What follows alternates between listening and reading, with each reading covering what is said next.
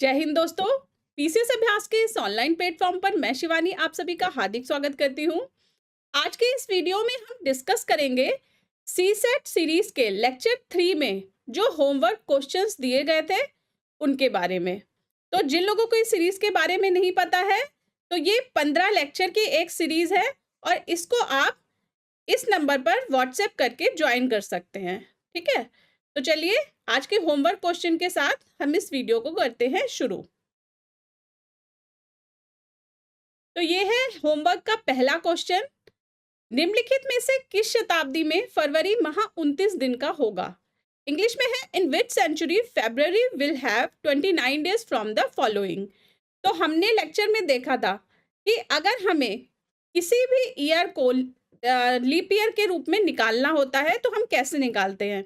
तो अगर normal year है उसे तो हम 4 से डिवाइड करेंगे। अगर वो 4 से नॉर्मल ईयर पूरा पूरा डिवाइड हो जाता है तो फिर वो जो ईयर होगा वो लीप ईयर होगा। और किसी सेंचुरी के लिए क्या करना होता है, सेंचुरी के लिए हमें उस ईयर को 400 यानी 400 से डिवाइड करना होता है। ठीक है, तो ये बोल रहा है कि फरवरी माह 29 दिन का होगा, तो फरवरी माह 29 दिन का मतलब कि वो ईयर जो होगा वो लीप ईयर होगा। तो अब आप इन चारों ऑप्शन में से देखिए कि कौन सा ऑप्शन आपको 4 या 400 से डिवाइड होता हुआ लग रहा है। तो 2213 ए ऑप्शन, ये तो गलत हो गया। ठीक है, ये डिवाइड नहीं होगा तो ये गलत हो गया। 2215 भी नहीं होगा क्योंकि इसका जो लास्ट डिजिट है वो ऑड नंबर है, तो ऑड नंबर है तो ऑब्वियसली ये 4 से डिवाइड नहीं होगा। ठीक है, तो ये गलत हो गया। इसी तरह से डी भी गलत। अब बी ऑप्शन देखिए 2400, मतलब कि ये क्या है, ये एक सेंचुरी है, शताब्दी है ये। और शताब्दी को अगर लीप ईयर हमें कंफर्म करना होता है तो हम क्या करते हैं, उसे 400 से डिवाइड कर देते हैं। ठीक है, तो अगर हम इसको 400 से डिवाइड करेंगे तो ये क्या हो जाएगा, 2 जीरो से 2 जीरो कैंसिल और 4 छंग 24। ठीक है, 4 6 24, तो क्या आ गया, ये 6 आ गया। तो मतलब कि 2400 400 से पूरी पूरी तरह डिवाइड हो गया है, इसलिए 2400 एक लीप ईयर होगा और उसमें फरवरी क्या होगी, 29 दिन की फरवरी होगी। क्लियर। चलिए नेक्स्ट क्वेश्चन देखते हैं।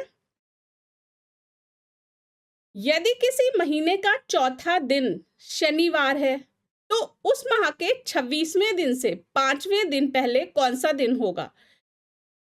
If the fourth day of a month is Saturday, which day will be 5 day before 26th of this month? तो देखिए, अगर किसी महीने का चौथा दिन शनिवार है तो उसका पहला दिन क्या होगा, तो हम पहले लिख लेते हैं कि Sunday, Monday, Tuesday, Wednesday, Thursday, Friday, Saturday. ठीक है, ये हो गए। अब बोल रहा है कि चौथा दिन शनिवार है, तो ये जो शनिवार है ये है 4th डे। ठीक है, तो इसका फर्स्ट डे क्या हो जाएगा, तो ये 3rd हो जाएगा, ये 2nd हो जाएगा और वेडनेसडे आ जाएगा 1st डे। ठीक है, तो पहला दिन जो हो गया वो हो गया बुधवार। ठीक है, बुधवार या वेडनेसडे, वेडनेसडे। ठीक है, ये हो गया। अब बोल रहा है तो उस माह के 26वें दिन से 5 दिन पहले कौन सा दिन होगा? देखिए, 26वें दिन से 5 दिन पहले कौन सा दिन होगा, तो हम क्या करेंगे, 26 में से 5 सब्ट्रैक्ट कर देंगे। ठीक है, तो मतलब 21वां दिन हो जाएगा। ठीक है, अब हमें ये निकालना है कि 21st जो दिन है मतलब 21 तारीख को कौन सा दिन होगा। तो देखिए, अगर पहले दिन बुधवार है, ठीक है, तो हमें ये पता है कि एक हफ्ते में 7 दिन होते हैं और हर 8वें दिन सेम डे रिपीट हो जाता है। ठीक है, तो अगर एक को बुधवार पड़ा था तो नेक्स्ट बुधवार कब पड़ेगा, 8 को पड़ेगा। ठीक है, उसका नेक्स्ट कब पड़ेगा,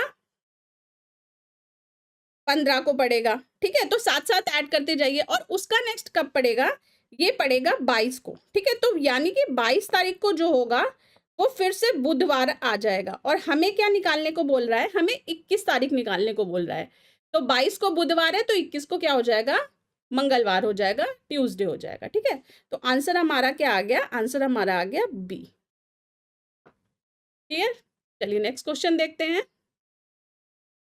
नेक्स्ट क्वेश्चन है, नीचे दी गई पासे की 4 स्थितियों में से पीले पृष्ठ के विपरीत रंग ज्ञात कीजिए। तो इसके लिए हमने लेक्चर में शॉर्ट ट्रिक भी देखी थी, ठीक है, और डिटेल में भी इसको कैसे करना है ये भी हमने समझा था। तो शॉर्ट ट्रिक में क्या करेंगे कि जो 2 पासे में 2 सरफेस सेम है उनको हम कट कर देंगे, ठीक है। तो जैसे कि अगर पहले वाले का हम पिक्चर देखते हैं तो इसमें येलो ऑरेंज ब्लू है, फिर इसमें क्या है, ऑरेंज ब्लू और वायलेट, ठीक है। तो इसका मतलब ये जो ऑरेंज ब्लू है ये सेम हो गई, ठीक है, पहले और दूसरे में। तो ऑरेंज ब्लू से ऑरेंज ब्लू हमने कैंसिल कर दी, ठीक है, ये इससे कैंसिल हो गई। अब पूछ रहा है कि पीले रंग के विपरीत रंग ज्ञात कीजिए, find the colour opposite to yellow face. अब बाकी जो दोनों पासे में एक एक फेस बची है वो दोनों एक दूसरे के ऑपोजिट हो जाएंगी, ठीक है। तो पहले में येलो बची है और दूसरे में वॉयलेट, इसका मतलब येलो के ऑपोजिट जो आएगा वो वॉयलेट कलर आएगा, ठीक है। इस ट्रिक को लेक्चर सीरीज के जो वीडियो है उसमें बहुत ही डिटेल में डिस्कस किया है। तो अगर आप चाहते हैं इसको और डिटेल में पढ़ना तो आप सीरीज को ज्वाइन कर लीजिए। चलिए, तो आंसर क्या हो गया इसका, आंसर हो गया वॉयलेट, ठीक है। वॉयलेट कहाँ आ रहा है, ए ऑप्शन में वॉयलेट आ रहा है। आज के इस वीडियो में हम सीसेट सीरीज के लेक्चर नंबर 4 में जो होमवर्क का क्वेश्चन दिया गया था उस क्वेश्चंस को डिस्कस करेंगे। जिन लोगों को इस सीरीज के बारे में नहीं पता है उनको मैं बता दूं कि ये सीरीज 15 लेक्चर्स में डिवाइड है, और अगर आप इस सीसेट सीरीज को ज्वाइन करना चाहते हैं तो आप इस दिए गए कॉन्टैक्ट नंबर पर या तो कॉल कर दें या व्हाट्सएप कर दें, तो आपको इस सीरीज का डिटेल प्रोवाइड करा दिया जाएगा। तो 15 लेक्चर्स में से आज जो हम लेक्चर का होमवर्क क्वेश्चन कवर करेंगे वो है लेक्चर नंबर 4, ठीक है। लेक्चर नंबर 4 कौन सा है, कथन और निष्कर्ष। तो हमने क्लास में डिस्कस किया था कि कथन और निष्कर्ष वाले जो क्वेश्चन आते हैं सीसैट में वो 3-4 तरह के क्वेश्चंस होते हैं मेनली। एक तो होता है जैसे कुछ फूल फल हैं, कुछ फल नदियां हैं, इस तरह के क्वेश्चन जो स्टेटमेंट होता है और उसके बाद उसके आंसर्स गिवन रहते हैं कि इनमें से कौन सा निष्कर्ष सही है, ठीक है। दूसरी तरह का जो असर्शन रीजनिंग के क्वेश्चन आते हैं कथन और निष्कर्ष वाले, तो उनमें से दोनों को पता लगाना होता है कौन सा सच है और कौन सा झूठ, और उसके बाद ट्रू और फॉल्स के बेसिस पे फिर उनके आंसर सॉल्व करने पड़ते हैं। कि जैसे उसमें ऑप्शन दे रखा होता है कि जो रीजन है वो असर्शन का व्याख्या है कि नहीं, ए और आर दोनों सही हैं, ठीक है, और लेकिन एक दूसरे की व्याख्या नहीं है, इस तरह के जो क्वेश्चन आते हैं। तीसरी तरह का जो क्वेश्चन आता है उसमें 2 स्टेटमेंट दिए रहेंगे और ये पता लगाना होगा कि दोनों में से एक कथन दिया रहेगा और उससे संबंधित 2 निष्कर्ष दिए रहेंगे। तो ये लगाना होता है कि जो निष्कर्ष दिए हैं वो कथन के बेसिस पे वो स्ट्रॉन्ग निष्कर्ष हैं या नहीं है, ठीक है। तो इस तरह से डिफरेंट तरह के क्वेश्चन होते हैं कथन निष्कर्ष में, जो कि आयोग द्वारा सीसैट के पेपर में पिछले वर्षों में पूछे गए हैं। तो आज का जो होमवर्क क्वेश्चन है तो मैंने एक तरह के हर तरह के क्वेश्चन को इस वीडियो में इंक्लूड किया है। तो चलिए होमवर्क का पहला क्वेश्चन देखते हैं। ये क्वेश्चन है कि स्टेटमेंट जो गिवन है वो ट्रू है या नहीं, कौन सा स्टेटमेंट स्ट्रॉन्ग है, स्ट्रॉन्ग स्टेटमेंट वाला। तो कथन दे रखा है, क्या किसी बड़े शहर में केवल एक ही कंपनी को परिवहन व्यवस्था चलाने की अनुमति देनी चाहिए, ये है कथन दे रखा है, ठीक है। कि कोई भी बड़ा शहर है उसमें क्या एक ही ट्रांसपोर्टेशन सर्विस होनी चाहिए, एक ही कंपनी होनी चाहिए जो कि ट्रांसपोर्ट को हैंडल करे। अब इससे संबंधित 2 तर्क दे रखे हैं, तो हमें ये पता लगाना है कि जो तर्क दे रखे हैं वो क्या डायरेक्टली इस कथन को सपोर्ट कर रहे हैं, या जैसे कि मैंने लेक्चर में बताया था कि इधर उधर की बातें, तो इधर उधर की बात तो नहीं है, कि मतलब संबंधित तो हैं पर वो डायरेक्टली जो कथन है उसे सपोर्ट नहीं कर रहे हैं, ठीक है। तो इसमें है हाँ, इससे विभिन्न कंपनियों के बीच अस्वस्थ प्रतिस्पर्धा समाप्त हो जाएगी। तो अब ये जो स्टेटमेंट दे रखा है ये इस स्टेटमेंट को सपोर्ट करता नहीं दिखाई दे रहा है, ठीक है। कि एक कंपनी को क्यों देना चाहिए भाई, इसका रीजन ये तो नहीं होना चाहिए ना कि प्रतिस्पर्धा को खत्म करना है। भाई ट्रांसपोर्टेशन का रोल क्या होता है कि नागरिकों को सुविधा देनी है, ना कि इसका जो फोकस है वो इस पर होना चाहिए कि हमें प्रतिस्पर्धा को खत्म करना है। ठीक है, प्रतिस्पर्धा को खत्म करना फोकस नहीं है परिवहन का, ये फोकस है कि नागरिकों को उचित सुविधा मिले। ठीक है, और वो भी अफोर्डेबल प्राइस में। तो ये वाला तो इधर उधर की बात वाला हो गया। ठीक है, एक गलत हो गया। अब दूसरा है, नहीं, यात्रियों को अधिक विकल्प दिए जाने चाहिए। तो ये स्टेटमेंट जो है वो स्ट्रॉन्ग स्टेटमेंट है। ठीक है, क्योंकि परिवहन का उद्देश्य होता है कि यात्रियों की सुविधा अफोर्डेबल प्राइस में। तो यात्रियों के पास ज्यादा विकल्प होंगे, मतलब अगर ज्यादा ट्रांसपोर्टेशन कंपनीज होंगी तो यात्रियों के पास ज्यादा विकल्प होंगे, और फिर वो उसमें से बेस्ट चूज कर सकते हैं कि हम किसका उपयोग करें। तो दो जो स्टेटमेंट है वो स्ट्रांग है, जबकि पहला स्टेटमेंट स्ट्रांग नहीं है। ठीक है, तो दूसरा वाला सही हो गया। अब इसमें से जो इधर भी देख लीजिए इंग्लिश में, तो फर्स्ट वाला गलत हो गया और सेकंड वाला सही हो गया। No, the traveller should be given a wider choice. ठीक है, अब इसमें से देख लेते हैं कौन सा तर्क मजबूत है। तो ओनली 2। ठीक है, तो कहां पर ये दे रखा है, ये दे रखा है ऑप्शन नंबर बी में, केवल तर्क 2 सशक्त है, ओनली आर्ग्यूमेंट 2 इज स्ट्रॉन्ग। ठीक है, आई होप कि आपको क्लियर हो गया होगा। चलिए, अब दूसरे टाइप का स्टेटमेंट और स्टेटमेंट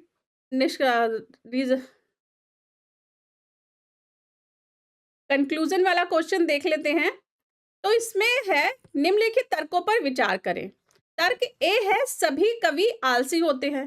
तो इस क्वेश्चन को कैसे करेंगे, जैसे हमने वेन डायग्राम से क्वेश्चंस देखे थे क्लास में। तो सभी कवि आलसी होते हैं, तो ये क्या हो गया, जो आलसी हो गई वो बड़ी चीज हो गई, और कवि क्या हो गए, उससे उसके अंदर वो लाई करते हैं। ठीक है, तो आलसी हो गई बड़ी चीज, और कवि जो हो गई वो हो गई इसके अंदर। ठीक है, आलसी का मतलब आइडलर्स, आइडलर्स, और कवि का मतलब पोएट। ठीक है, तो ये दे रखा है कि सभी कवि आलसी होते हैं, तो ये तो पहला हो गया। अब दूसरा जो दे रखा है तर्क, वो ये दे रखा है कोई कवि आलसी नहीं होता। तो कोई कवि, तो अब क्या होगा, इन दोनों के अलग अलग बन जाएंगे, क्योंकि अब इनमें कोई रिलेशन नहीं है। ठीक है, कोई कवि आलसी नहीं होता, तो ये अब कवि का हो गया, सॉरी, ये अब आलसी का हो गया। ठीक है, बड़ा वाला, और छोटा वाला कवि का हो गया। ठीक है, तो ये अब हो गया, नो आइडलर इज पोएट। ठीक है, तो ये हो गया, ये 2 स्टेटमेंट हो गए। अब बोल रहा है कि निम्नलिखित में से कौन सा निष्कर्ष तार्किक रूप से निकाला जा सकता है।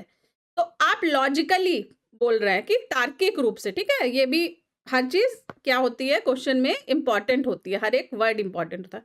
तो लॉजिकली सोचकर बताइए कि कौन सा निष्कर्ष सही होगा। तो देखिए, लॉजिकली अगर सोचे तो सभी कवि आलसी होते हैं। अब देखिए, एक दूसरे को सपोर्ट तो नहीं कर रहे हैं, ये दोनों बिल्कुल अलग अलग स्टेटमेंट है। अब बोल रहे हैं कि लॉजिकली सोचना है, तो सभी कवि आलसी हो सकते हैं। तो ऐसा हो सकता है कि जितने भी पोएट्स हो वो सभी आलसी हो जाएं? तो भाई ये तो नहीं हो सकता। लॉजिकली अगर हम देखेंगे उसे सोचकर, तो ऐसा तो नहीं हो सकता। फिर है, कोई कवि आलसी नहीं होता।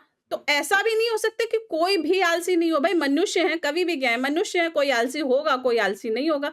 इसका आलसी होने का आलसी होने का कवि होने से कोई लेना देना नहीं है। ठीक है, तो दोनों स्टेटमेंट क्या है, दोनों ही स्टेटमेंट गलत हो सकते हैं। ठीक है, ऐसा भी नहीं हो सकता कि सभी कवि आलसी हो, और ऐसा भी नहीं हो सकता कि कोई भी कवि आलसी ना हो। ठीक है, तो इसमें से जो सबसे उपयुक्त लग रहा है वो लग रहा है ऑप्शन नंबर सी, कथन ए और बी दोनों असत्य हो सकते हैं। ठीक है, लॉजिकली सोचने पर ये दोनों ही असत्य हो सकते हैं।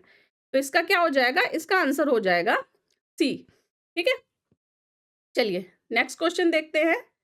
नेक्स्ट है असर्शन और रीजनिंग वाला क्वेश्चन। ठीक है, अभी कथन दे रखा है और कारण दे रखा है, और हमें ये पता लगाना है कि इनमें से कौन सा सत्य है, कौन सा असत्य है, कौन सा ट्रू है, कौन सा फॉल्स है। और अगर ये दोनों ही ट्रू है तो क्या ये एक दूसरे को सपोर्ट कर रहे हैं या नहीं कर रहे हैं। ठीक है, ये पता लगाना है। तो पहला दे रखा है, अभिकथन है, सफलता के लिए शिक्षा आवश्यक है। तो बिल्कुल सफल होने के लिए शिक्षा का रोल होता है। ठीक है, एजुकेशन कहीं ना कहीं हमें, जब हम सक्सेस अचीव करते हैं तो उसमें हमें हेल्प करते ही, भले ही वो बिजनेस हो या वो प्रोफेशनली कोई एग्जाम क्रैक करना हो, तो हर जगह शिक्षा जरूर काम आती है। ठीक है, तो ये सही हो गया। फिर हो गया, इसका कारण है शिक्षा सफलता की कुंजी है। तो education is the key to success. तो ये तो बिल्कुल यूनिवर्सल ट्रूथ है, ठीक है, कि सच जो एजुकेशन होती है वो सक्सेस की होती है, ठीक है। तुम्हारे चांसेस बढ़ जाते हैं कि तुम सक्सेस हो अगर तुम अच्छे एजुकेटेड हो, ठीक है। तो ये हो गया, तो ये भी सही हो गया। अब ये क्या है, देखिए दोनों क्या है, दोनों ही सच हो गए। अब बोल रहे हैं सफलता के लिए शिक्षा आवश्यक है, तो जो आर है वो ए को सपोर्ट कर रहा है। सफलता के लिए शिक्षा आवश्यक है क्योंकि शिक्षा सफलता की कुंजी होती है, इसलिए वो जो कुंजी है वो सफलता को सपोर्ट करेगी, ठीक है। तो ए और आर दोनों सही हो गए और आर जो हो गया वो ए का सही व्याख्या हो गई, ठीक है। तो स्पष्टीकरण हो गया। तो इसमें से क्या हो जाएगा, इसमें हो जाएगा ए आंसर, ठीक है। Both A and R are true and R is the correct explanation of R, ठीक है। चलिए नेक्स्ट क्वेश्चन देखते हैं। नेक्स्ट क्वेश्चन है कुर्सियों का पैर, पीठ और सीट में विभाजन किसका उदाहरण है। अब ये कथन कारण का नहीं था, पर ये इस तरह का स्टेटमेंट रिलेटेड ही क्वेश्चन है, तो इसलिए इस लेक्चर में मैंने इंक्लूड किया है। तो अब देखिए, कुर्सी को हम देखते हैं और उसको देखने के बेसिस पे हम डिसाइड करते हैं कि कौन सा उसका पैर है, कौन सी उसकी सीट है, कौन सी उसकी पीठ है, ठीक है। तो इसमें दिया है तार्किक विभाजन कि लॉजिकली हम देखते हैं, तो लॉजिकली तो नहीं भाई, जैसे हम पोस्चर में बैठेंगे उसी हिसाब से हम उसको डिवाइड करेंगे, ठीक है। ऐसा नहीं हो सकता कि हम लॉजिकली ये बोल दें कि जो पैर है उसके वो सीट है, ठीक है, तो हम पैरों पे नहीं बैठ जाएंगे उसके।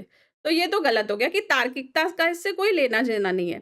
भौतिक, फिजिकल, तो ये सही है, ठीक है। फिजिकली हम देख रहे हैं, भौतिक रूप से हम जो उसका प्रयोग कर रहे हैं या उसे देख रहे हैं, उसके बेसिस पे हमने कुर्सियों के अलग अलग पार्ट को डिवाइड करा है, ठीक है। तो ये क्या हो गया, बी इसका सही आंसर हो गया, भौतिक विभाजन या फिजिकल डिवीजन। फिर है मिश्रित, तो क्रॉस डिवीजन, तो ऐसा भी नहीं है, ये तो गलत है, ठीक है। और आध्यात्मिक तो बिल्कुल ही नहीं है, ठीक है, स्पिरिचुअल मेटाफिजिकल डिवीजन, तो ये तो बिल्कुल ही गलत हो गया, ठीक है। तो दो ऑप्शन तो आप इसको देखते ही रिमूव कर सकते हो। तो क्या हो गया, इसका आंसर हो गया बी। आज के इस वीडियो में हम सीसेट सीरीज के लेक्चर 5 में जो होमवर्क का क्वेश्चंस दिए गए थे उन क्वेश्चंस को डिस्कस करेंगे। जिन लोगों को सीरीज के बारे में नहीं पता है उनको मैं बता दूं कि सीसेट सीरीज को 15 लेक्चर्स में डिवाइड किया गया है। अगर आप इस सीसेट सीरीज को ज्वाइन करना चाहते हैं तो आप नीचे दिए गए इस नंबर पर व्हाट्सएप करके इस सीरीज का डिटेल पता कर सकते हैं, और नहीं तो इस वीडियो के डिस्क्रिप्शन में पीसीएस अभ्यास के टेलीग्राम चैनल का लिंक दिया गया है, तो आप टेलीग्राम चैनल को ज्वाइन कर लें और फिर वहां से आपको इस सीरीज के बारे में पूरी जानकारी प्रोवाइड करा दी जाएगी। तो लेक्चर नंबर 5 का जो टॉपिक था वो टॉपिक हमने लेक्चर में पढ़ लिया है। ये टॉपिक था नंबर एंड अल्फाबेट सीरीज, ठीक है, नंबर एंड अल्फाबेट सीरीज। तो इस टॉपिक के होमवर्क क्वेश्चन अब हम देखेंगे कि किस तरह से उनको सॉल्व करना है। तो ये रहा होमवर्क का पहला क्वेश्चन। क्वेश्चन है निम्नलिखित तालिका में लुप्त संख्या x है, तो हमें इस टेबल को देख के इसमें पैटर्न पता करना है कि जो नंबर्स है वो कौन सा पैटर्न बना रहे हैं, ठीक है। तो देखिए, अगर हम नीचे से देखना शुरू करते हैं तो यहाँ पे क्या दे रखा है, 20 दे रखा है, यहाँ पे 24 दे रखा है, ठीक है। और अगर हम इसके ऊपर वाली रो में जाएंगे तो ये 20 और 24 के बीच में क्या आ गया, फिर 22 आ गया। चलिए अब नेक्स्ट देख लेते हैं, 32 और 36, इसके ऊपर क्या आ गया, 34। तो इन दोनों को देखने से हमें ये पता लगा कि जो 22 है वो 20 और 24 के बीच में लाई कर रहा है, और जो 34 है वो 32 और 36 के बीच में आया है, ठीक है। अब हम ऊपर वाला देख लेते हैं, तो 25 और 31, इसके ऊपर क्या 28, तो 28 भी इन दोनों के बीच में आ गया। तो इसका मतलब है ये जो ऊपर वाले नंबर्स बन रहे हैं ये नीचे वाले नंबरों से कुछ कोरिलेट कर रहे हैं, ठीक है। कैसे कोरिलेट कर रहे हैं, अगर हम 20 और 24 का एवरेज लें तो क्या हो जाएगा, 20 और 24 का एवरेज लेने पर दोनों को ऐड कर दिया और इसको डिवाइडेड बाय कर दिया हमने 2, ठीक है। तो कितना आ गया, ये ऊपर आ गया 44, 44 और इसको डिवाइड कर दिया हमने 2 से, तो ये कितना बन गया, ये 22 बन गया, ठीक है। इसका मतलब है 20 और 24 के बीच में ये 22 हमने पता कर लिया। अब नेक्स्ट देख लेते हैं कि 32 और 36 का अगर हमने एवरेज लिया, ठीक है, तो 32 और 36 का एवरेज लेने पर भी क्या आ जाएगा, यहाँ पे हो जाएगा 68 डिवाइडेड बाई 2, तो ये 34 आ जाएगा, ठीक है। तो ये वाला भी 34 भी सही हो गया। इसका मतलब जो ऊपर के नंबर से वो एवरेज लेने पर बन रहे हैं। इसी तरह से अगर आप 25 और 31 का लेंगे एवरेज, तो 25 और 31 का एवरेज भी क्या आ जाएगा, ये आ जाएगा 56 डिवाइडेड बाई 2, मतलब कि 28 आ गया, ठीक है। तो ऊपर वाला भी 28 भी जस्टिफाई हो गया। इसी तरह से अगर हमें x की वैल्यू पता करनी है, तो x की वैल्यू के लिए हम किसका किसका एवरेज लेंगे, x के नीचे वाले दो नंबर का। x के नीचे कौन से नंबर है, एक तो 24 है और एक 32 है, ठीक है। तो अगर हम 24 और 32 का एवरेज लेंगे तो ये कितना आ जाएगा, ये आ जाएगा 56 डिवाइडेड बाई 2, मतलब कि ये आ जाएगा 28, ठीक है। तो इसका आंसर क्या हो जाएगा, इसका आंसर भी हो जाएगा 28, ये आ गया।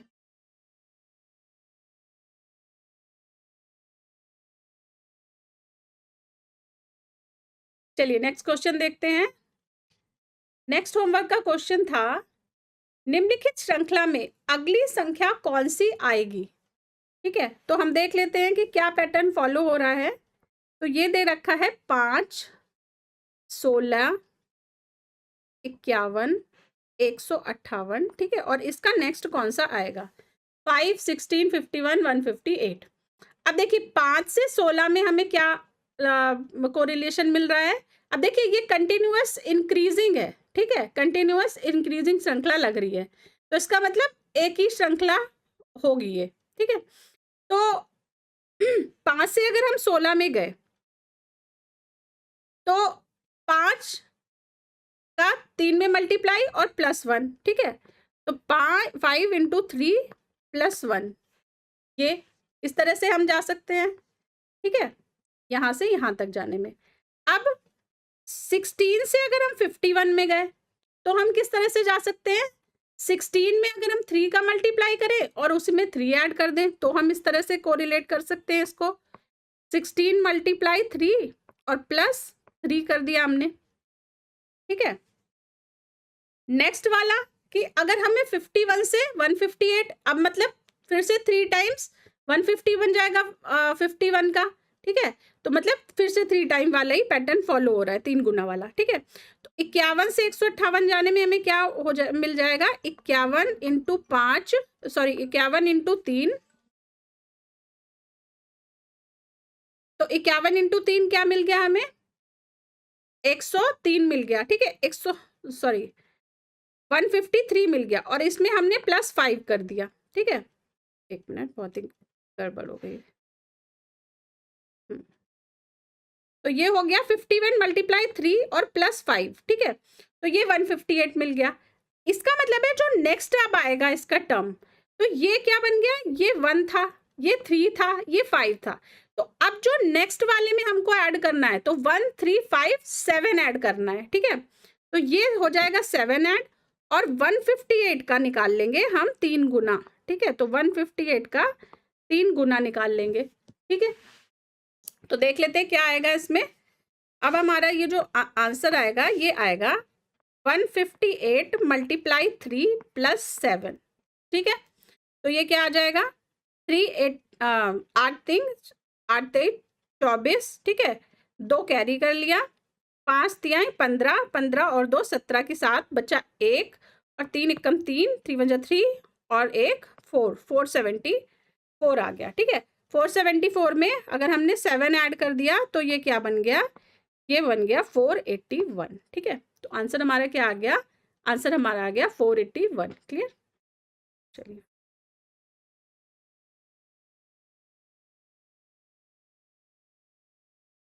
नेक्स्ट क्वेश्चन देख लेते हैं। नेक्स्ट है, निम्न कोडों में से सही विकल्प चुनकर अनुक्रम को पूरा कीजिए। तो MTWT। अब देखिए ये देखने में तो जैसे कि हमने जब लेक्चर देखा था, जब सीरीज का जो लेक्चर था उसमें हमने देखा था कि जो अल्फाबेट सीरीज होती है उनमें किस तरह से हम सीरीज को सॉल्व करते हैं, ठीक है। तो अल्फाबेट की जो पोजीशन होती है अल्फाबेट सीरीज में उसके अकॉर्डिंग हम सॉल्व करते हैं। पर अब ये सीरीज जो है MTWT, तो इसमें कुछ पैटर्न बनता नहीं दिखाई दे रहा, क्योंकि एक्चुअली इसमें अल्फाबेट का पैटर्न है ही नहीं।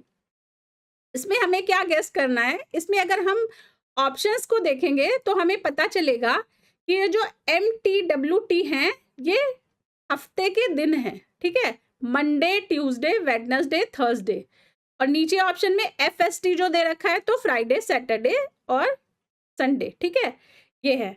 तो इसके बाद क्या आ जाएगा, ये तो हो जाएगा मंडे, MTWT, ठीक है, तो ये हो गया, M से मंडे हो गया, T से ट्यूसडे हो गया, W से वेडनेसडे हो गया, T से थर्सडे हो गया, ठीक है, उसके बाद क्या आ जाएगा, फ्राइडे, सैटरडे और संडे, ठीक है। तो आंसर इसका क्या हो जाएगा, इसका आंसर हो जाएगा बी, ठीक है।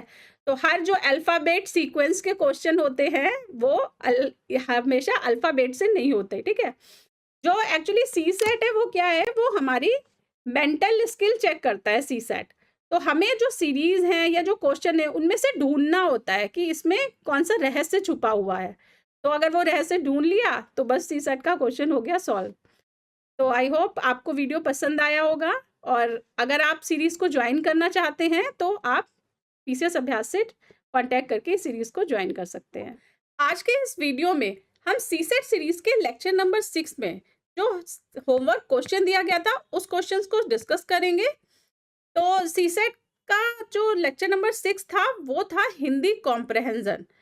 सीसेट की इस सीरीज को 15 लेक्चर्स में डिवाइड किया गया है, और आज हम हिंदी कॉम्प्रहेंजन का होमवर्क क्वेश्चन डिस्कस करेंगे। जिन लोगों को इस सीरीज के बारे में नहीं पता है या वो इस सीरीज को ज्वाइन करना चाहते हैं, वो इस दिए गए नंबर पर व्हाट्सएप करें या डायरेक्ट कॉल करके भी इस सीरीज का डिटेल पता कर सकते हैं। बहुत ही नॉमिनल 99 रुपए की सीरीज है ये, तो अगर आप ज्वाइन करना चाहते हैं तो इस नंबर पर जरूर कॉल करिए।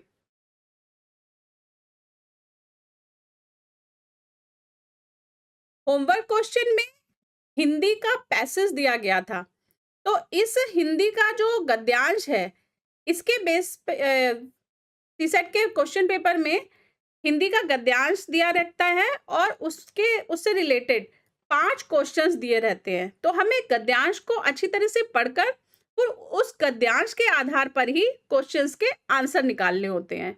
तो बहुत ही इंपॉर्टेंट होता है ये गद्यांश, क्योंकि सीधे सीधे 5 क्वेश्चन से आपके 10 नंबर सीसेट में पक्के हो जाते हैं, और सीसेट को क्लियर करने के लिए सिर्फ 67 मार्क्स की हमको जरूरत होती है। तो इस हिसाब से अगर हम देखें तो गद्यांश का बहुत ही इंपॉर्टेंट रोल होता है कट ऑफ को क्लियर करवाने में। तो चलिए आज का जो गद्यांश है वो हम पढ़ना शुरू करते हैं। तो आइडिया वही है गद्यांश को सॉल्व करने का जिस तरह से हमने लेक्चर में डिस्कस किया था कि ये दिए हुए जो कीवर्ड्स हैं उनको हमको अंडरलाइन करते हुए चलना है, और फिर उन कीवर्ड्स के आधार पर ही हमको क्वेश्चंस के आंसर्स निकालने हैं, ठीक है। तो चलिए शुरू करते हैं।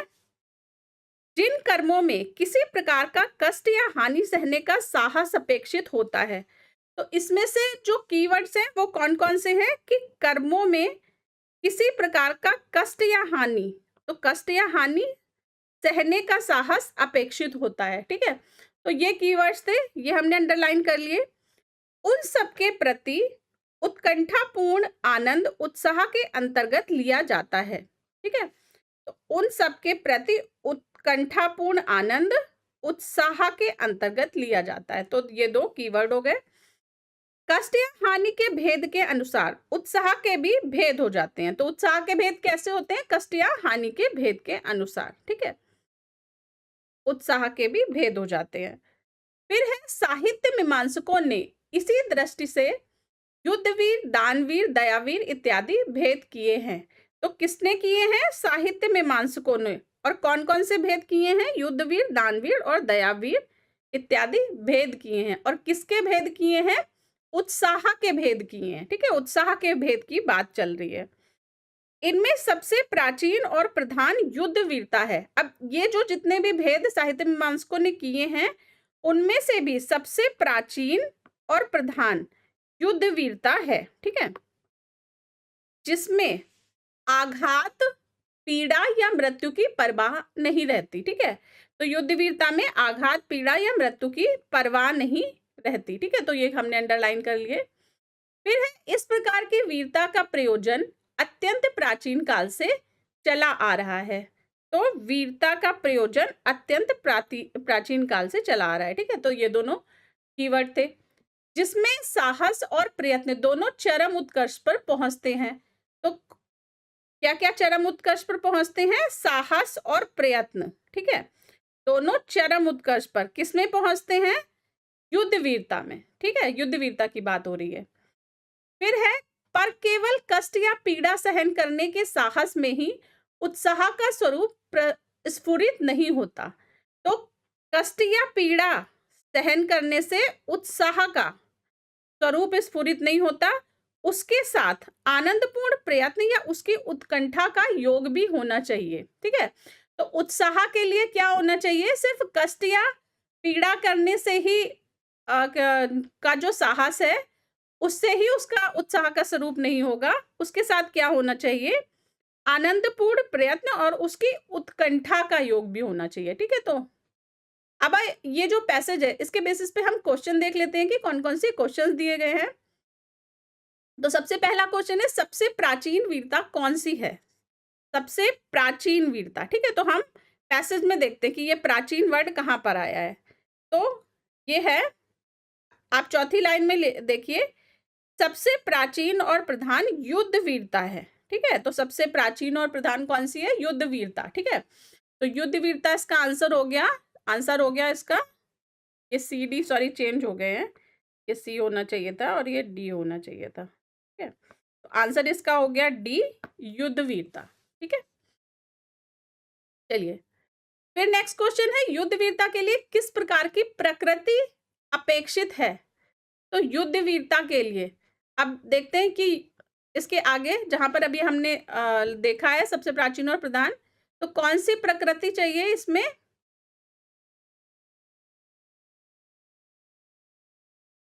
इसमें चाहिए ये वाली लाइन, देखिए आप नीचे से तीसरी वाली। ठीक है, जिसमें साहस और प्रयत्न दोनों चरम उत्कर्ष पर पहुंचते हैं। ठीक है, तो ऐसी प्रकृति चाहिए होती है युद्ध वीरता के लिए। तो ये कहाँ दे रखा है? साहस प्रयत्न, answer number option number D में दे रखा है 116 क्वेश्चन के। ठीक है, तो हमें क्या कराना होता है? कीवर्ड को मैच कराना होता है। तो देखिए यहाँ पर साहस प्रयत्न आया और वहां पर भी साहस और प्रयत्न दे रखा है। ठीक है, यहाँ पर भी साहस और प्रयत्न दे रखा है। तो इस तरह से मैच कराकर हम आंसर्स को निकाल सकते हैं पैसेज में। इसी तरह से इंग्लिश वाले पैसेज में भी हमने करा था, सेम वही ट्रिक हिंदी पैसेज के लिए भी लगानी होती है। नेक्स्ट क्वेश्चन है, उत्कंठापूर्ण आनंद किसके अंतर्गत लिया जाता है? तो उत्साह के अंतर्गत, युद्ध के अंतर्गत, वीरता के अंतर्गत, दान के अंतर्गत। तो एक बार पैसेज में देखिए कि किस लाइन में आ रहा है ये। तो नीचे से जो है उत्कंठापूर्ण आनंद, मतलब आनंद और उत्कंठा का योग। ठीक है, तो सबसे लास्ट लाइन में आनंदपूर्ण प्रयत्न और उत्कंठा का योग, तो उत्कंठापूर्ण आनंद इसको बोल दिया जाएगा। ठीक है, और ये किस में आ रही थी? उत्साह का स्वरूप। ठीक है, तो किसके अंतर्गत आ रहा है? ये उत्साह के अंतर्गत आ रहा है। ठीक है, तो आंसर इसका क्या हो जाएगा? उत्साह के अंतर्गत। ठीक है, ए हो गया इसका आंसर। चलिए नेक्स्ट क्वेश्चन है, साहित्य मीमांसकों ने वीरता के कौन कौन से भेद किए हैं? ठीक है, तो कहां पर आ रहा है साहित्य मीमांसक? तीसरी लाइन में देखिए, तीसरी लाइन में ये आ रहे हैं, साहित्य मीमांसक ने इसी दृष्टि से तो ये तीन भेद किए हैं। कौन कौन से? युद्धवीर, दानवीर और दयावीर इत्यादि भेद किए हैं। तो युद्धवीर, दानवीर, दयावीर। ठीक है, 118 में ए आंसर हो गया। क्लियर? चलिए नेक्स्ट क्वेश्चन देख लेते हैं, उत्साह के भेद किस आधार पर किए गए हैं? उत्साह के भेद कैसे किए गए हैं? तो पहली लाइन में ही बताया गया था कि उत्साह का जो भेद होता है कष्ट या हानि के, दूसरी लाइन में देखिए, कष्ट या हानि के भेद के अनुसार उत्साह के भी भेद हो जाते हैं। ठीक है, तो कष्ट या हानि के अनुसार आंसर इसका क्या हो गया? आंसर इसका हो गया डी। आज के इस वीडियो में हम सीसेट सीरीज के लेक्चर नंबर 7 में जो होमवर्क का क्वेश्चन दिया गया था उस क्वेश्चन को सॉल्व करेंगे। देखेंगे कि किस तरह से जो सिटिंग सीक्वेंस या पोजीशनिंग सीक्वेंस के क्वेश्चंस होते हैं उनको हम कैसे मैपिंग के माध्यम से सॉल्व कर सकते हैं, मतलब किस तरह से उसका हमें डायग्राम बनाना होता है और उसके हिसाब से फिर उसकी पोजीशनिंग करनी होती है। तो ये जो लेक्चर है ये है सीसेट सीरीज का 15 लेक्चर में से 7वें नंबर का लेक्चर, ठीक है। तो इसमें से हम बैठने का क्रम या सिटिंग सीक्वेंस का क्वेश्चन सॉल्व करेंगे। एक्चुअली ये बैठने का क्रम नहीं, पोजीशनिंग का क्रम चैप्टर होना चाहिए, ठीक है। इसमें और भी तरह के क्वेश्चंस मैंने इंक्लूड किए थे, तो उसी में से एक क्वेश्चन हम डिस्कस करेंगे। तो ये रहा होमवर्क का क्वेश्चन। क्वेश्चन है, निर्देश दिया है प्रश्न संख्या 190 और 191 में निम्नलिखित कथनों पर विचार कीजिए और प्रश्नों के उत्तर कथनों के आधार पर दीजिए। तो ये हिंदी मीडियम के लिए क्वेश्चन है और ये इंग्लिश मीडियम के स्टूडेंट्स के लिए क्वेश्चन है। तो इंग्लिश मीडियम के स्टूडेंट्स इसको एक स्क्रीनशॉट ले लीजिए और फिर मेरे साथ में सॉल्व करते चलिएगा इसको, ठीक है। तो चलिए देख लेते हैं क्या बोल रहा है क्वेश्चन में। क्वेश्चन में बोल रहा है, किसी अतिथि गृह में 6 कमरे A, B, C, D, E और F हैं, ठीक है। 6 कमरे हैं अतिथि गृह में। तो हम सबसे पहले कमरे बना लेते हैं। एक आप पिक्चर बना लीजिए, A, B, C, D, E और F, ठीक है। तो ये तो हो गए 6 कमरे हो गए, ठीक है। 6 कमरे हमने बना लिए।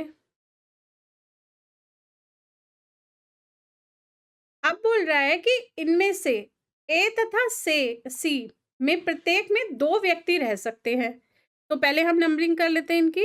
ये ए हो गया, ये बी हो गया, सी, डी, ई और एफ, ठीक है। तो ये 6 कमरे हो गए। अब बोल रहा है ए और सी में 2 व्यक्ति रह सकते हैं, ठीक है। तो इसमें 2 व्यक्ति और इसमें 2 व्यक्ति, ठीक। नेक्स्ट बोल रहे हैं क्वेश्चन में 8 अतिथियों P, Q, R, S, T, U, W, X को इन कमरों में ठहराया जाना है। Q, T, X महिलाएं हैं। अब ये कितने लोग दे रखे हैं? 8 लोग दे रखे हैं, ठीक है। और कमरे हमारे पास 6 थे और 2 कमरे ऐसे जिनमें 2-2 लोग ठहराए जाने हैं। इसका मतलब 8 लोग पूरे ऑक्यूपाइड हो जाएंगे इन 6 कमरों में। अब बोल रहे हैं कि इनमें से Q, T, X महिलाएं हैं। तो पहले तो महिलाओं को अलग कर लीजिए। Q, T और X तो बन गई महिलाएं, ठीक है। अब पुरुष कितने बचे हैं इनमें से? तो पुरुष बच गए। पुरुष कौन कौन से बच गए इसमें से? इनको हटा दीजिए Q, T, X को। तो पुरुष हमारे पास बच गए P, R, S, U और W, ठीक है। तो ये 5 पुरुष बच गए। अब नेक्स्ट बोल रहे हैं क्वेश्चन में, एक ही कमरे में 2 विपरीत लिंगी नहीं ठहराए जा सकते। इसका मतलब है जो डबल वाले रूम है उनमें या तो 2 महिलाएं रहेंगी या 2 पुरुष रहेंगे, एक महिला एक पुरुष नहीं रहेगा, ठीक है। फिर बोल रहा है कोई पुरुष सी या एफ कमरों में ठहरना नहीं चाहता। सी या एफ, तो ये जो 2 रूम है इनमें महिलाएं ठहरेंगी और महिलाएं कितनी थी? 3, ठीक है। तो 3 महिलाएं या तो सी में रहेंगी, तो क्यू, कौन कौन सी महिलाएं थी? क्यू आएगी, या तो टी या तो एक्स यहाँ पे, ठीक है। और एफ के नीचे भी यही लिख दीजिए, क्यू, टी, एक्स। तो ये 3 महिला में से कोई भी एक रूम में 2 महिला रहेगी और एक में सिंगल महिला रहेगी। वो अभी हम आगे देखेंगे कि किसमें 2 महिलाएं हैं और किसमें सिंगल महिला है।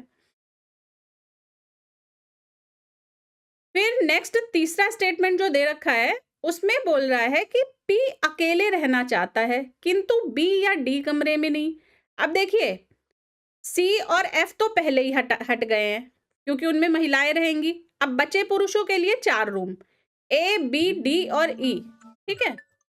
ए, बी, डी और ई, और उसमें से भी ए तो 2 वाला रूम है और पी को रहना है सिंगल। तो पी के पास अब कितने ऑप्शन बच गए? बी, डी और ई का ऑप्शन, और उसमें से भी पी जो है वो बी और डी में नहीं रहेगा। तो अब पी किस में? एक ही रूम बचा, एफ, ठीक है। तो पी किस में ऑक्यूपाइड हो गया? पी हो गया ऑक्यूपाइड, सॉरी ई में, एफ में नहीं, ई में, ठीक है। तो ई बचा रूम, तो पी तो ई में चला गया, तो एक काम खत्म हो गया। तो अब हम पुरुष में से पी को कट कर देंगे, ठीक है। अब कितने पुरुष बचे हमारे पास? 4 पुरुष बचे, R S U W. Next देखते हैं, एस को एक साझेदार चाहिए किंतु यू या डब्ल्यू नहीं। तो अब ये जो 4 पुरुष बचे थे, इसमें से एस को यू डब्ल्यू नहीं चाहिए, तो एस को ये दोनों तो चाहिए नहीं, तो एस को कौन सा एक बचा? पी तो पहले ही चला गया, आर बचा, तो आर और एस एक में आ जाएंगे। तो आर और एस एक में मतलब डबल वाला, अब एक ही रूम तो बच रहा था ए नंबर का, तो आर और एस इसमें आ गए, इसमें आर आ गया, एस आ गया, ठीक है। तो ए वाला भी अब फुल हो गया। फिर बोल रहा है एक्स अपने कमरे में किसी अन्य को ठहराना नहीं चाहती है। एक्स कौन थी? महिला थी, ठीक है। और एक्स अपने कमरे में किसी और को ठहराना नहीं, इसका मतलब एक्स जो है वो सिंगल रूम में रहेगी, डबल वाले में नहीं रहेगी। तो महिलाओं के लिए तो 2 ही रूम थे, एक तो सी था और एक एफ था, तो एफ ई वाला सिंगल रूम था, तो इसका मतलब एक्स जो रहेगी वो एफ में रहेगी, ठीक है। तो एक्स को एफ में बिठा दिया। अब बाकी कौन कौन सी 2 महिलाएं बची हैं? अगर एक्स को हटा दिया, क्यू और टी बची हैं, तो जो बाकी बची क्यू और टी है, अब वो सी नंबर वाले रूम में आ जाएगी, क्योंकि सी में 2 महिलाएं रहेंगी। तो वो क्या आ गई? क्यू और टी आ गई यहाँ पे, ठीक है, क्यू और टी आ गई। अब महिलाएं सारी हो गई और 3 पुरुष हो गए, बाकी कितने पुरुष बचे हैं? अभी यू बचा है और डब्ल्यू बचा है, ठीक है। तो यू और डब्ल्यू या तो बी में होंगे या डी में होंगे, तो अभी हमें पता नहीं है, इसमें या तो यू होगा या डब्ल्यू, और इसमें भी या तो यू या डब्ल्यू होगा, ठीक है। बस अब इससे ज्यादा और कोई इसमें डिटेल नहीं दे रखा है, कोई कथन नहीं दे रखा है। चलिए अब क्वेश्चन देख लेते हैं। क्वेश्चन है निम्नलिखित में से कौन ई कमरे में ठहरेगा? तो ई कमरे में कौन आ गया था? ई कमरे में हमने यहां से देखा पी आ गया था, ठीक है, पी। तो क्या हो गया इसका आंसर? इसका आंसर हो गया सी, ठीक है, पी ठहरेगा 190 नंबर क्वेश्चन में, 190 नंबर क्वेश्चन में, ठीक है। फिर है 191 नंबर क्वेश्चन, एक्स किस कमरे में ठहरेगी? तो एक्स सिंगल रूम में रहना चाह रही थी, कौन सा वाला मिला था एक्स को? लास्ट वाला, एफ रूम, ठीक है। तो एफ में रहना चाह रही थी, तो आंसर इसका क्या हो गया? आंसर इसका हो गया डी, क्लियर। तो इसी तरह से इंग्लिश वाले क्वेश्चन में who among the following will stay in room number ई, तो रूम नंबर ई में रहेगा पी, ठीक है, तो सी हो गया इसका आंसर। और in which room will X stay? तो X will stay in room number F, clear. आज के इस वीडियो में हम सी सेट सीरीज के लेक्चर नंबर 8 में जो 3 टॉपिक से रिलेटेड होमवर्क क्वेश्चन दिए थे, उन तीनों तरह के क्वेश्चन को सॉल्व करेंगे। जिन लोगों को इस सीरीज के बारे में नहीं पता है, उनको मैं बता दूं कि ये 15 लेक्चर्स की एक सीरीज है, और आज जो हम होमवर्क क्वेश्चन कवर करने वाले हैं वो इस लेक्चर नंबर 8 का होमवर्क क्वेश्चन है। तो अगर आप इस सीरीज को ज्वाइन करना चाह रहे हैं, तो आप इस दिए गए ये जो नंबर है, इस पर या तो आप व्हाट्सएप कर लें या कॉल कर लें, तो आपको सीरीज का डिटेल यहाँ से प्रोवाइड करा दिया जाएगा।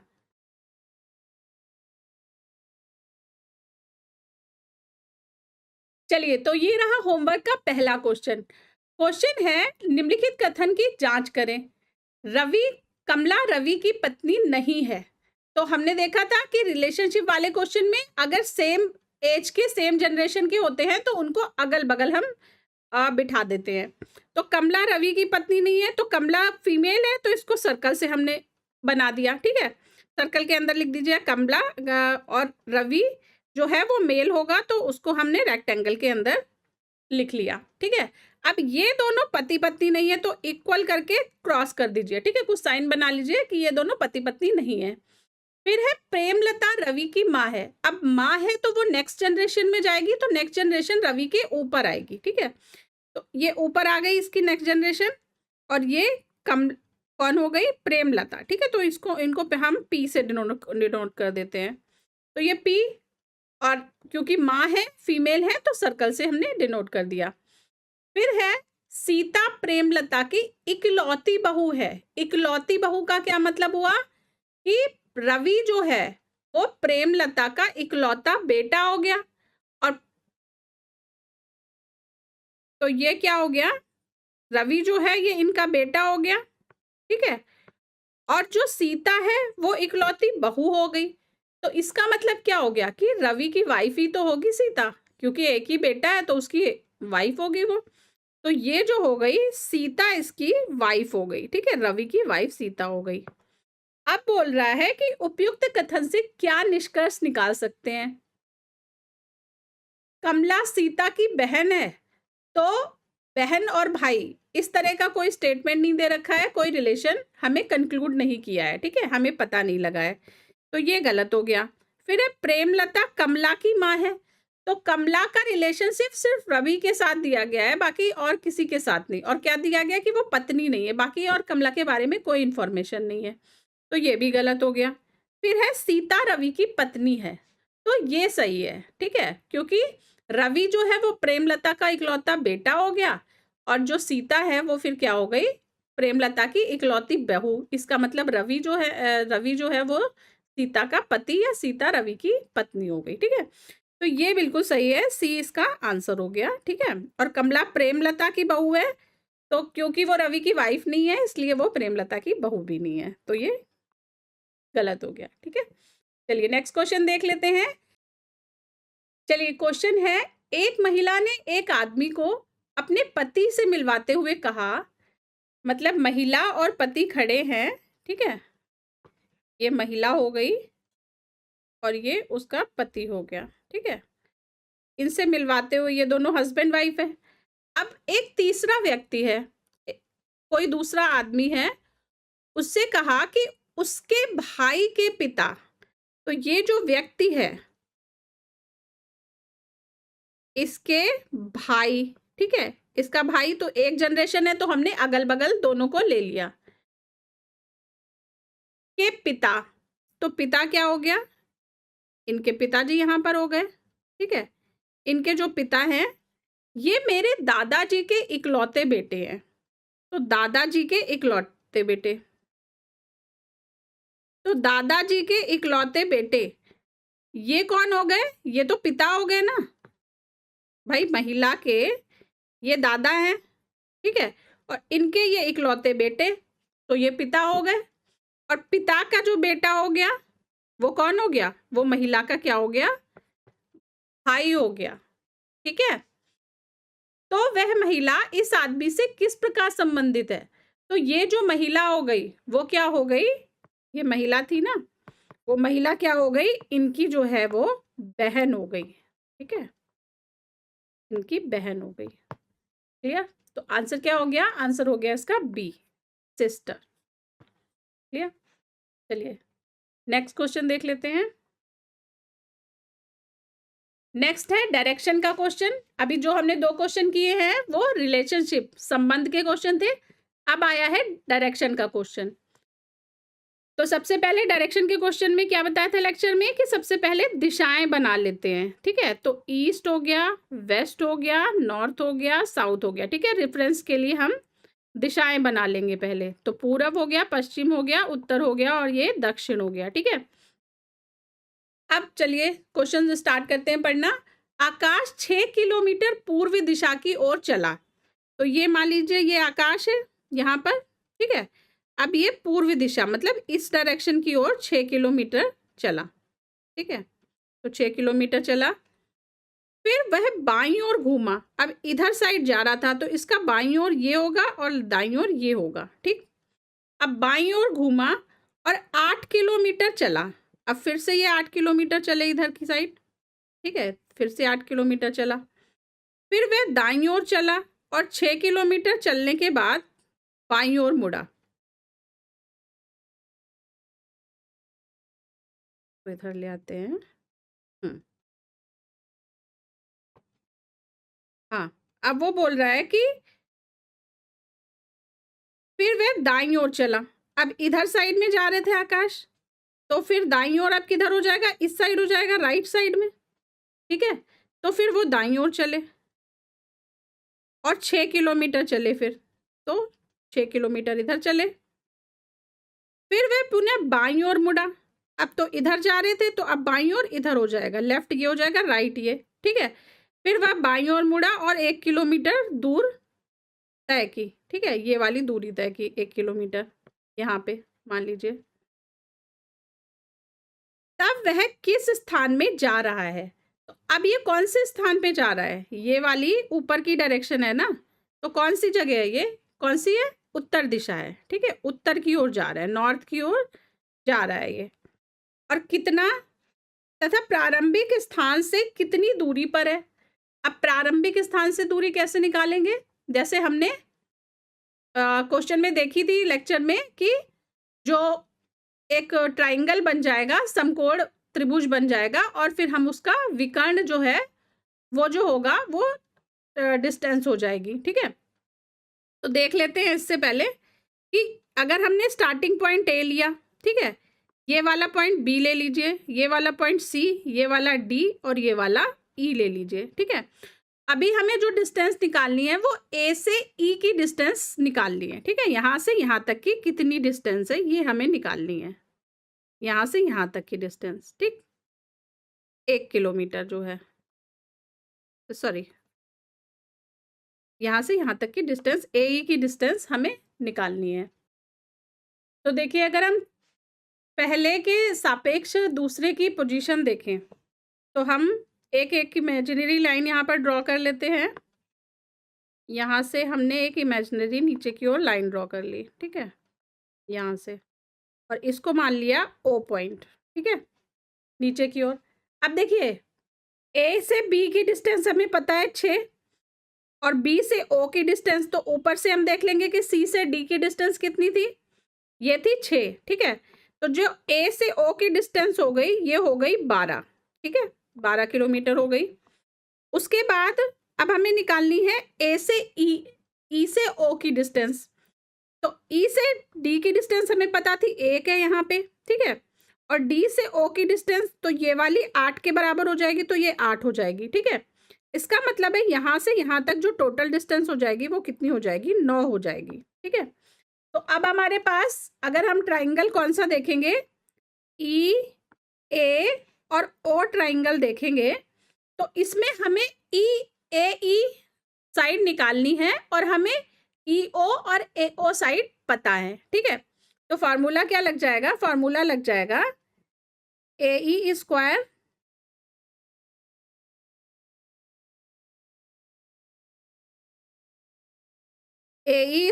Equals to E O square plus A O square, ठीक है, ये फार्मूला लग गया।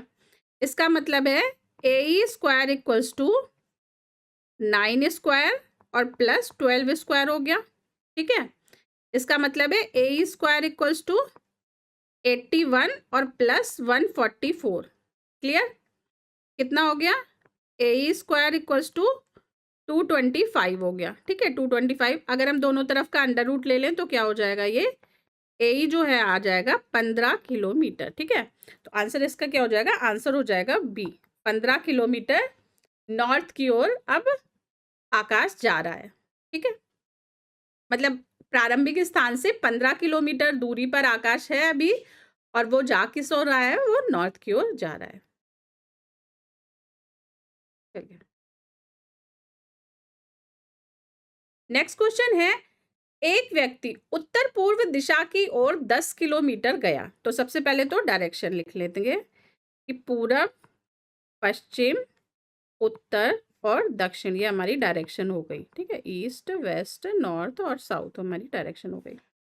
अब बोल रहा है कि व्यक्ति उत्तर पूर्व दिशा की ओर 10 किलोमीटर गया, तो उत्तर पूर्व, उत्तर ऊपर और पूर्व इधर राइट साइड में, तो इस डायरेक्शन में जाएगा, ठीक है। तो उत्तर पूर्व डायरेक्शन कौन सी हो जाएगी, ये वाली डायरेक्शन हो जाएगी उत्तर पूर्व।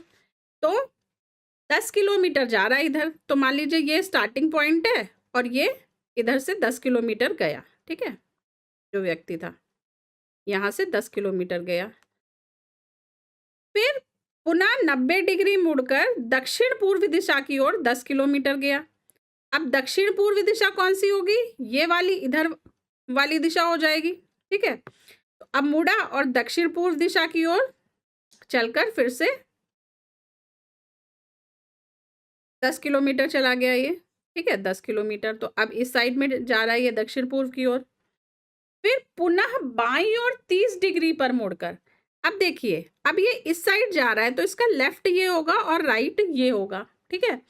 अब बोल रहा है कि पुनः 30 डिग्री पर मुड़कर आगे चला गया। अब 30 डिग्री तो मुड़ेगा तो कैसे, इधर जा रहा था भाई, इधर साइड में, ठीक है, ऐसे जा रहा था, तो 30 डिग्री किधर आएगा। अभी हमने एंगल जो हमने लेक्चर लिया था उसमें हमने देखा था कि डिग्री एंगल कैसे बनाते हैं। तो इस तरह से इतना, ठीक है, जाती हुई दिशा के फिर यूं 30 डिग्री वो यूं करके मुड़ गया, ठीक है। तो 30 डिग्री यहां से मुड़ गया और अब इस दिशा में वो जा रहा है, ठीक है, इस दिशा में जा रहा है अभी, ठीक है। तो वो बोल रहा है कि अब वह किस दिशा में जा रहा है। तो अब ये कौन सी दिशा है, अभी भी ये साउथ ईस्ट में ही जा रहा है, ठीक है, साउथ ईस्ट में ही जा रहा है अभी। तो क्या हो जाएगा आंसर इसका, ए हो जाएगा, ठीक है, दक्षिण पूर्व दिशा में ये अभी भी चल रहा है। चलिए नेक्स्ट देख लेते हैं। नेक्स्ट है टाइम का क्वेश्चन। क्वेश्चन है 5 घड़ियां क्रमशः 3, 4, 5, 6, 7 और 7 सेकंड के अंतराल पर बजती हैं। किसी समय एक साथ बजने के बाद कितनी देर बाद फिर से एक साथ बजेंगी। तो देखिए ये वाला क्वेश्चन जो है वो हम कैसे सॉल्व करेंगे कि एक साथ बजने के लिए उन्हें जो घड़ियों का टाइम दे रखा है उनका हमें एलसीएम लेना पड़ेगा, ठीक है। जब हम इन सभी का एलसीएम लेंगे तो हमें जो संख्या प्राप्त होगी उस संख्या पर फिर से ये घड़ियां एक साथ बजेंगी, ठीक है। तो एलसीएम लेने के लिए हम कैसे एलसीएम निकालते हैं, जितने भी नंबर ले रखे हैं 3, 4, 5, 6, 7, इनका हमें एलसीएम लेना पड़ेगा। तो पहले 2 से इसको डिवाइड करिए तो 3 आ गया, 2, 5, 2 से ये 6 को डिवाइड किया तो 3 आ गया, फिर 7 आ गया, फिर 2 से करा तो 3 आ गया, 1 आ गया, 5 आ गया, 3 आ गया और 7 आ गया, ठीक है। अब 2 की जगह 1 आ गया, अब 2 का काम खत्म, अब 3 को लाइए तो अब 3 आएगा। अब 3 से डिवाइड करिए, 3 1 कम 3, 1 यहाँ पे पहले से था, 5, फिर ये 1, फिर 7। अब 5 का काम आ गया तो 5 को लाइए, 1 1, 5 से 5 डिवाइड, 1 1 और 7, ठीक है, लास्ट में 7 का काम। तो 1 1, सॉरी यहाँ पे 1 आ गया था, 1 1 और 7, ठीक है, ये आ गया। तो अब जो एलसीएम हो जाएगा इन पांचों नंबर का वो क्या हो जाएगा, एलसीएम हो जाएगा ये वाले जितनी भी डिजिट्स हैं, ये जितने भी नंबर्स आए हैं इनको सबको मल्टीप्लाई कर लेंगे, ठीक है। तो एलसीएम क्या आ जाएगा, एलसीएम आ जाएगा 2 गुणा 2 गुणा 3 गुणा 5 गुणा 7, ठीक है। तो 2 दूनी 4 3 12 और गुणे 5 सत्ते 35, ठीक है। उसके बाद 35 दूना 70 की 0 बचे 7 और 35 से कम, 35 और 7 42, ठीक है। तो कितना आ गया 420 सेकंड का, ये 420 सेकंड बाद ये फिर से एक साथ बजेंगी। लेकिन जो टाइम दे रखा है वो मिनट में दे रखा है, तो हमें 420 सेकंड को मिनट में कन्वर्ट करना है। तो 1 मिनट में कितने सेकंड होते हैं, 60 सेकंड होते हैं। तो इस तरह से अगर हमें डिवाइड करना है 420 सेकंड को मिनट में, तो हमें क्या करना पड़ेगा, 420 को 60 से फिर डिवाइड करना पड़ेगा, ठीक है। तो कट गया 0 से 0 और 6 सत्ते 42, ठीक है।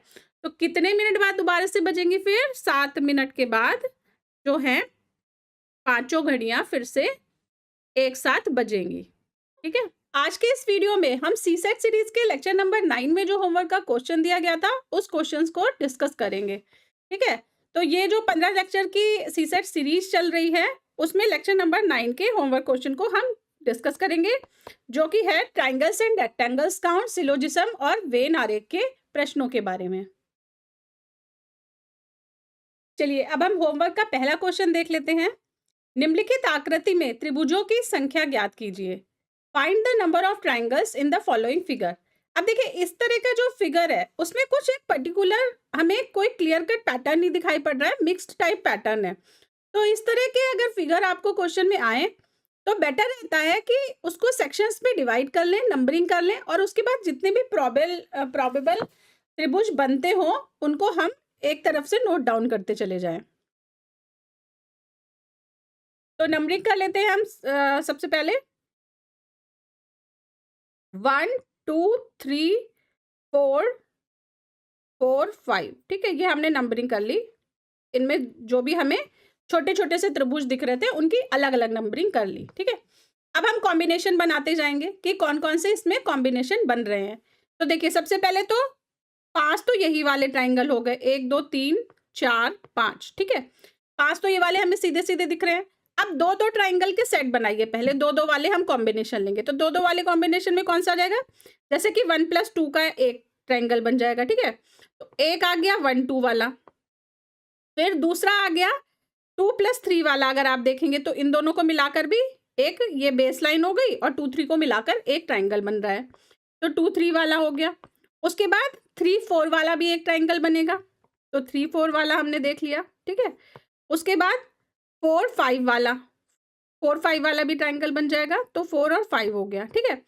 अब उसके बाद देखिए 5 और 1 को मिलाने पर ट्रायंगल नहीं बन रहा, क्योंकि अब वो लाइन जो है, ये वाली लाइन, ये टेढ़ी सी हो गई यहाँ पे, ठीक है। तो कोई बेस नहीं बन रहा। तो ये अगर हम 1 और 5 को मिलाएंगे तो ये एक क्या बोलते हैं, क्वाड्रिलेटरल बन जाएगा, ना कि ये ट्रायंगल बनेगा, ठीक है। 4 पॉइंट्स आ गए इसके। तो ये वाला हम छोड़ देंगे, 1 और 5 वाला, ठीक है। और फिर से 1 2 वाला तो वो हम ले चुके हैं। तो ये हमारा 2-2 के सेट वाले कंप्लीट हो गए। अब 3-3 के सेट वाले ले लीजिए। तो 3 वाले कौन-कौन से बनेंगे? तो 3 वाले जैसे 1 2 3 से तो नहीं बना, तो कौन सा बना? एक तो 1 2 5 बनेगा, ठीक है। 1 2 5 अगर इसको तीनों को मिलाएंगे तो ये एक बड़ा वाला ट्रायंगल बन गया, ठीक है। एक ये वाला ट्रायंगल बन गया। और दूसरा 3 के कॉम्बिनेशन से कौन सा वाला बनेगा? ये बनेगा 1 5 और 4 के कॉम्बिनेशन से, ठीक है। एक 1 5 और 4 के कॉम्बिनेशन से हमारा बन गया। तो 1 5 4 हो गया, ठीक है। और उसके बाद लास्ट वाला जो है वो सबसे बड़ा वाला ये, ठीक है। सारे जितने भी ट्रायंगल्स हैं सबको मिला दो, तो लास्ट में कौन सा? ABC वाला बन गया, ठीक है। ये पॉइंट दे रखे थे ABC। तो सबसे बड़ा वाला जो बाहर वाला ट्रायंगल है वो बन गया। अब काउंट कर लीजिए कि कितने हो गए।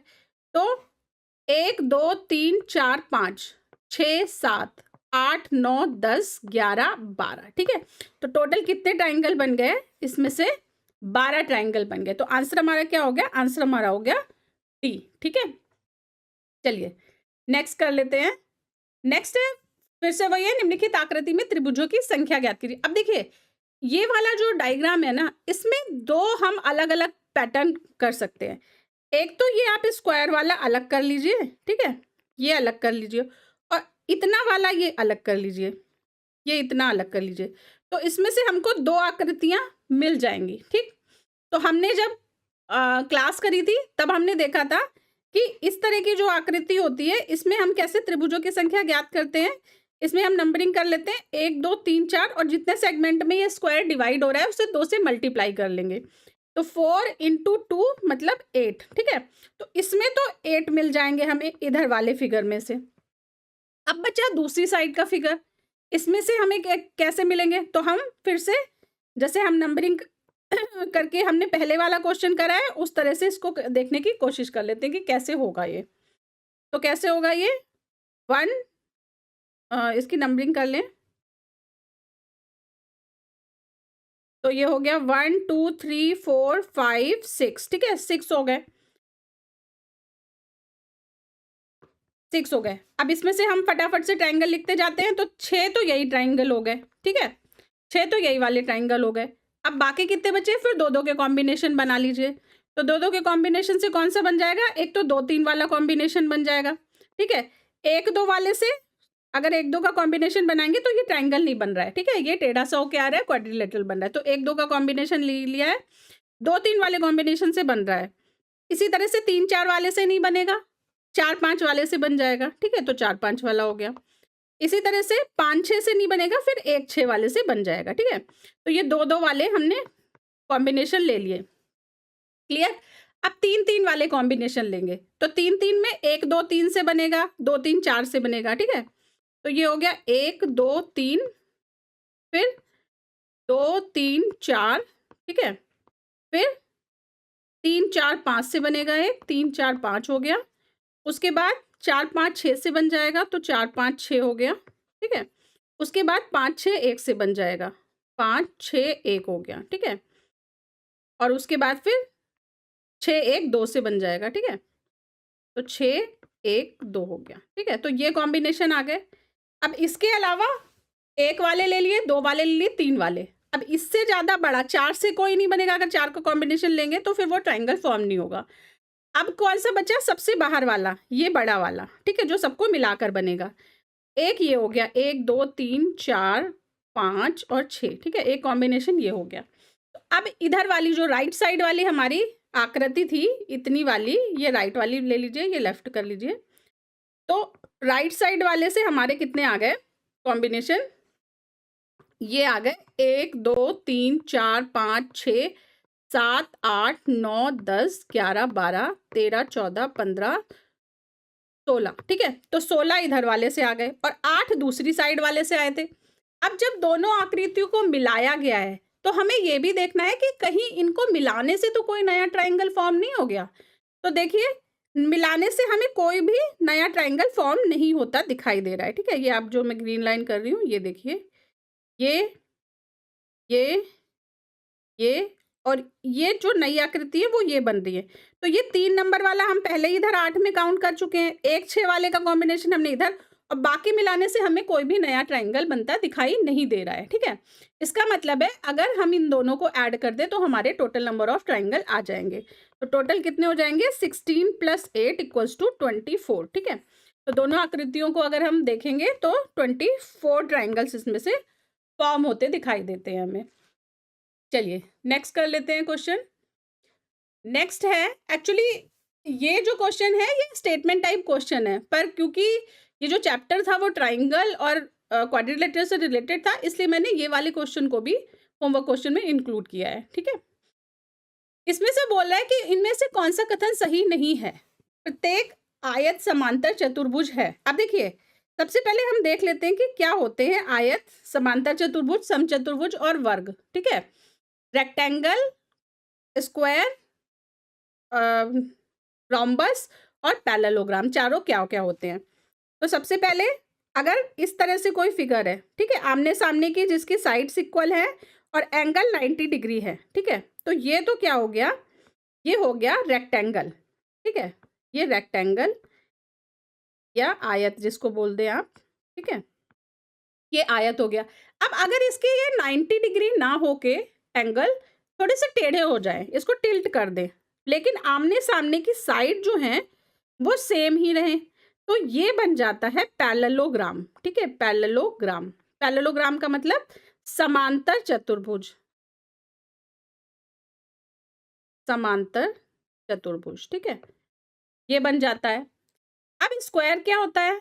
स्क्वायर होता है अगर चारों साइड इक्वल हो जाएं किसी क्वाड्रिलेटरल की और सारे एंगल इसके 90 डिग्री हो जाएं, ठीक है।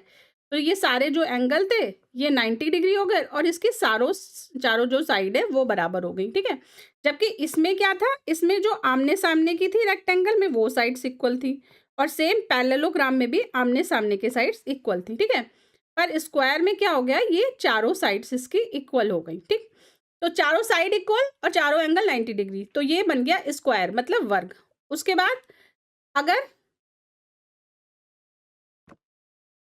अब इसकी जो साइड्स हैं इनको 90 डिग्री, जो एंगल है वो 90 डिग्री ना रहे, अब ये तो थोड़े से चेंज हो गए इसके चारों एंगल, लेकिन साइड्स जो थी वो अभी भी इसकी चारों बराबर ही हैं, ठीक है। तो फिर ये क्या बन जाता है? ये रोम्बस बन जाता है, रोम्बस, ठीक है। रोम्बस का मतलब समचतुर्भुज, समचतुर्भुज, ठीक है। तो ये बन गया समचतुर्भुज, ये बन गया वर्ग, स्क्वायर, ठीक है। तो ये होता है चारों चीजें, रेक्टेंगल, पैरेललोग्राम, स्क्वायर और रोम्बस, क्लियर। अब बोल रहे हैं कि प्रत्येक आयत समांतर चतुर्भुज है, तो प्रत्येक जो आयत है, रेक्टेंगल है, वो समांतर चतुर्भुज है? तो नहीं, ऐसा नहीं होता।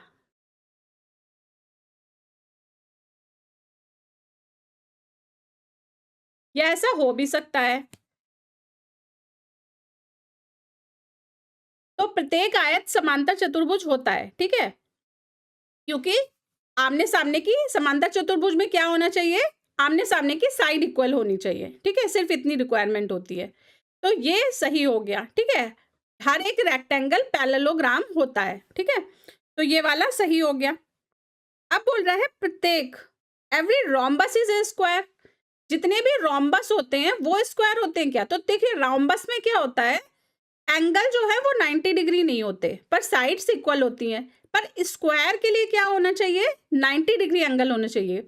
इसलिए सारे रोम्बस स्क्वायर नहीं हो सकते, जबकि सारे जो स्क्वायर है वो रोम्बस हो सकते हैं, क्योंकि रोम्बस होने के लिए एंगल की कोई रिक्वायरमेंट नहीं होती, सिर्फ साइड बराबर होनी चाहिए। तो दूसरा वाला जो है वो गलत हो गया, ठीक है।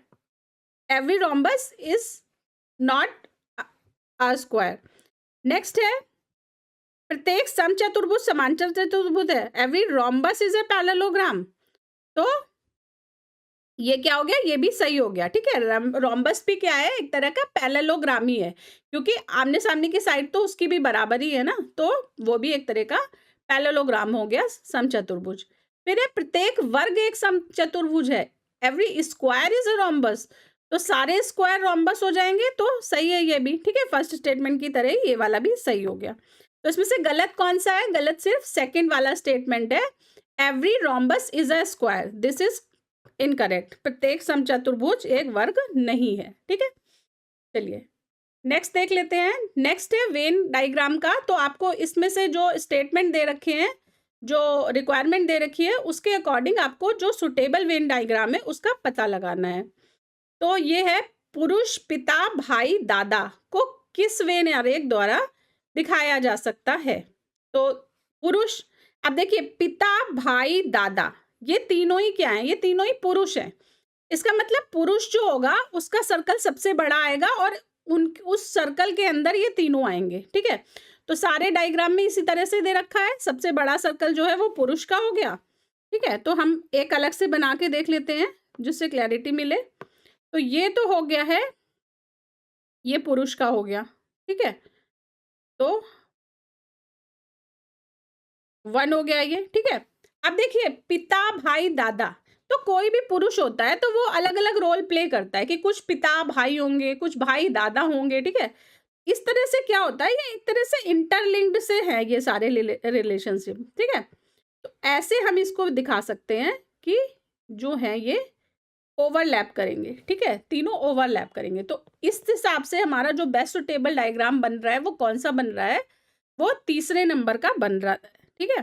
तो ये थर्ड वाला जो है वो राइट आंसर हो गया। चलिए नेक्स्ट देख लेते हैं। फिर से वही है कि ईमानदारी बुद्धिमत्ता योग्यता को किस वेन आरेख द्वारा दिखाया जा सकता है। तो अब देखिए इनमें कुछ रिलेशन मिल रहा है क्या हमको, कि ईमानदारी बुद्धिमत्ता योग्यता, तो ईमानदारी जो है वो अलग क्वालिटी है किसी मनुष्य की, बुद्धिमत्ता है वो अलग क्वालिटी है, और योग्यता है वो अलग क्वालिटी है, ठीक है। इनमें से कोई आपस में इंटरलिंकिंग समझ में नहीं आ रही, कि ऐसा नहीं है कि जो ईमानदार होगा वो बुद्धिमान भी होगा, अगर बुद्धिमान नहीं भी है तब भी व्यक्ति ईमानदार हो सकता है, या जो बुद्धिमान होगा वही योग्य होगा, तो ऐसा भी नहीं है।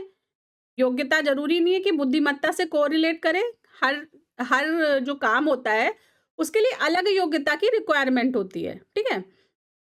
तो जरूरी नहीं है कि बुद्धिमान वाला ही योग्य हो, ठीक है। इसी तरह से जरूरी नहीं है कि जो योग्य है वो ईमानदार भी हो, या ईमानदार जो है वो योग्य भी हो।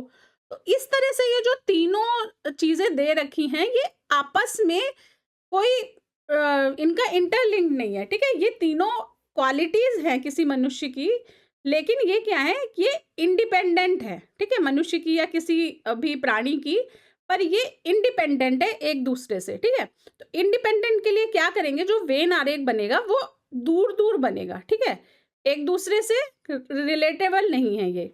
तो कौन सा वाला जो मोस्ट सुटेबल है, तो इस तरह से ये तीनों अलग अलग हो जाएंगे, ठीक है, वेन आरेख द्वारा।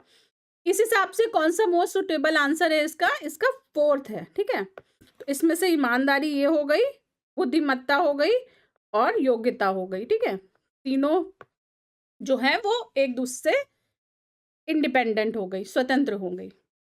चलिए इन्हीं होमवर्क क्वेश्चन के साथ आज की क्लास को मैं खत्म करती हूँ।